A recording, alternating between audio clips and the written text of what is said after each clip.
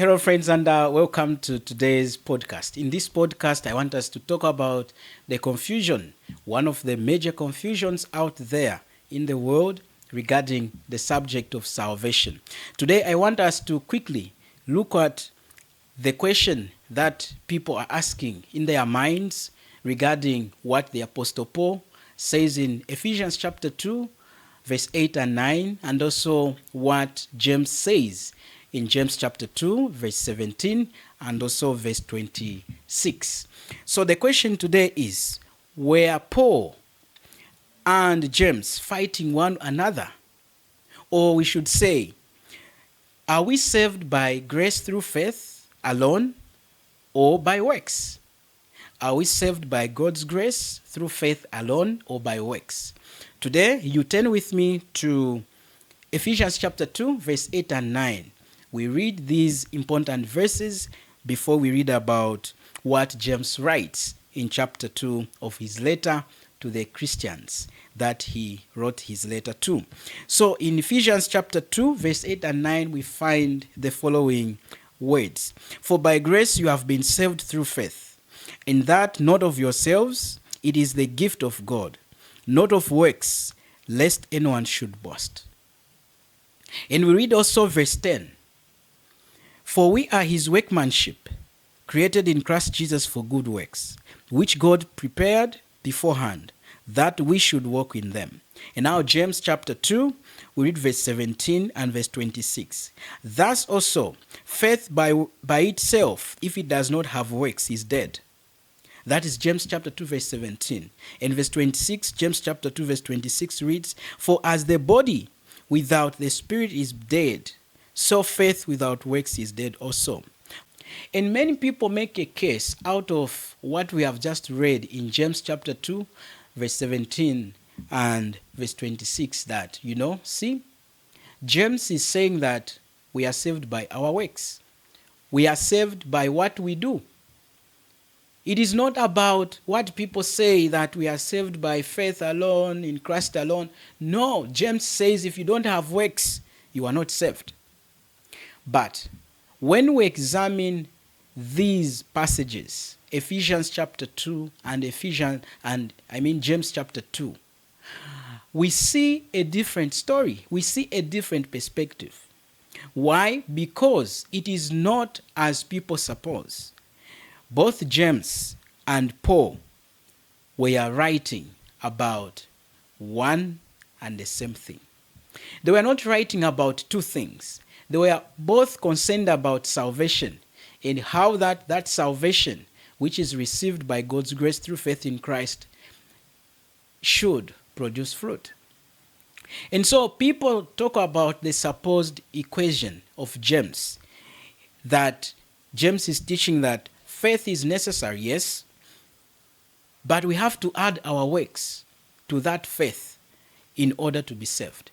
So in their mind, in their thinking, their faith equation, their salvation equation is faith plus works is equal to salvation, which is not what James is saying in context.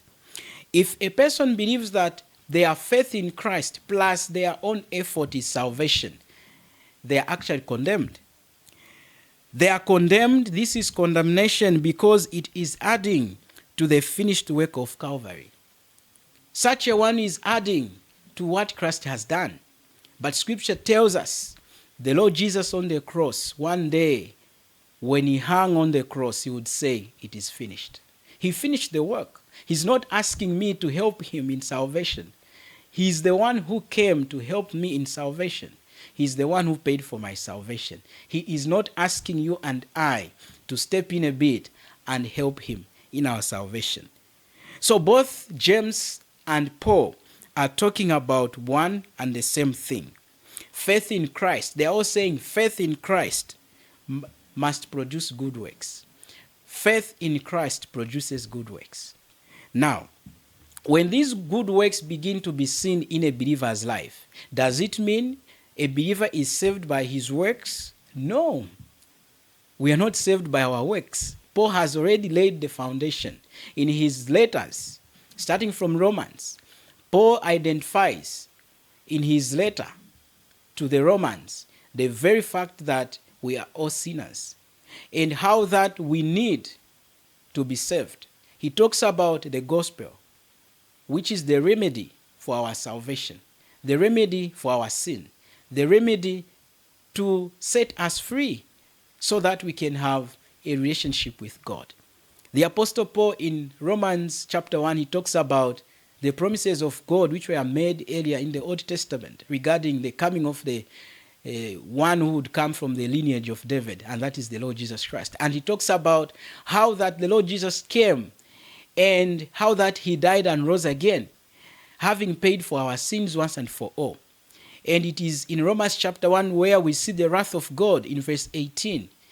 And in verse 16 and 17 there we see how the Apostle Paul would say that he was never ashamed of the gospel of Christ, for it is the power of God unto salvation. And in verse 17 there, he writes and he says, he quotes the words from Habakkuk chapter 4 verse 4, and he says, the just shall live by faith. Full stop. The just shall live by faith. How can sinners headed for destruction, to be punished by God eternally, how can they be saved? Paul writes, through the power of the gospel.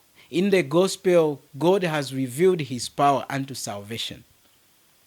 And so good works, when a person believes in the Lord Jesus, good works tend to flow on their own. They come from this saving faith in Christ Jesus. And that is how God has designed it.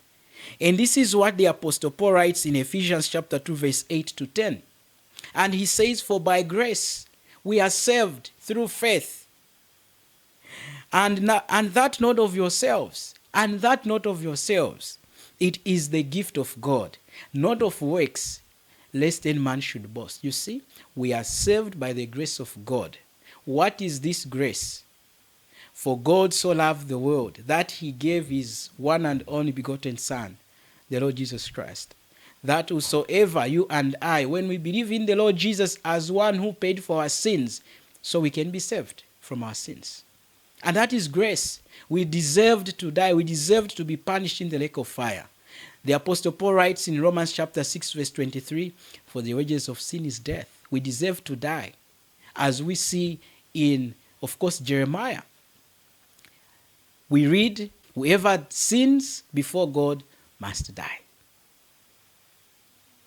And here we see God's grace. The Lord Jesus comes to set us free. The Lord Jesus comes to die for our sins so we can be saved, so we can have everlasting life as a gift from God himself. It is not of works. Why? So that you and I should not boast, should not say a word regarding our salvation, should not try to do anything lest we boast. Because as humans, you and I, whether you are in Canada, whether you are in Zambia, whether you are in America, as humans, we love to boast. We love to boast. We love to talk about our accomplishments. We love to talk about our achievements. We love to talk about our work. But the Lord says, regarding salvation, you and I must be quiet. Because we have not helped him in salvation. He has helped you and I in our salvation by sending his only begotten Son. The Lord Jesus came to pay for our sins. And in verse 10, what does he say? After one is saved, they are saved to do good works. For we are his workmanship, created in Christ Jesus for good works, which God prepared beforehand that we should walk in them. God has already prepared this path of faith. It is his desire. It is his will that we should live out our salvation by doing good works. We should obey the scriptures. We should obey the Bible so that we can produce fruit. And when we produce fruit, that is not to say that we are saved by our works. Instead, fruit comes out of faith. Fruit comes from faith, that saving faith in Christ, so that the world may look at our work and glorify our Father who is in heaven. So James and Paul are not fighting one with another. They are saying one and the same thing. Pay attention to this. Salvation in the Bible is in three phases. There is justification, which happens when one believes in the Lord Jesus as their Savior who paid for their sins in full. 100% he completed the work. When they are saved from the penalty of sin. And when does that happen? It happens one moment in a believer's life when they believe in the Lord Jesus Christ. If a person hears the gospel around this time, let's say around 1608 Zambian time, such a one is saved by putting their faith in the Lord Jesus. Around 1608, God declares such a one righteous in his eyes. Even when few minutes ago, they were coming from stealing someone's property, even if they were coming from fornicating, the moment they place their faith in the Lord Jesus, God forgives their sins as if they had never sinned before. That is justification. And how does it happen? What is the method by which it happens? It happens by God's grace through faith alone in the Lord Jesus Christ. And when such a one is justified, God begins to sanctify such a one. Another form of salvation, which is sanctification. This is an ongoing process. It does not happen one time in a believer's life. Though positionally, such a one is sanctified once and for all. But God continues to work in this believer's life through the work of the Holy Spirit. The Spirit of God in them begins the work of sanctifying such a one.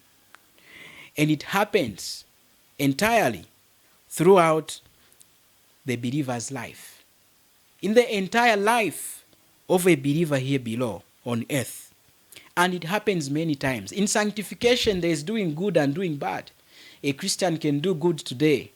Few minutes later, they may do something wrong. A believer can do a good work now, but few minutes later, they may do something wrong. The Spirit of God works in a believer. And this is the battle, the struggle that the Apostle Paul writes about in Romans chapter 7. He knew what was right and he would desire to do right, but he says he never used to do good things all the time. Many times he found himself doing the opposite. And that battle is in me as well. If you are truly a child of God, you can testify as well that indeed the struggle is real. We have been saved, justified by God's grace, right? But we continue to struggle. We continue to struggle with our sin. We continue to struggle with our flesh. And so it happens again by God's grace, through faith, and through works. When we do good things, the Lord is pleased. We are sanctified. We are set apart from this world. It is his desire that we obey his word, we obey the gospel call, we live out our salvation so that we can preach the gospel well to the people. Because people out there, they look at our outward appearance. They don't look at our heart. They don't look on the inside of us because they are limited. Their understanding is limited. They cannot look at what I'm thinking about in my heart. But God sees, God knows whatever is happening in my heart.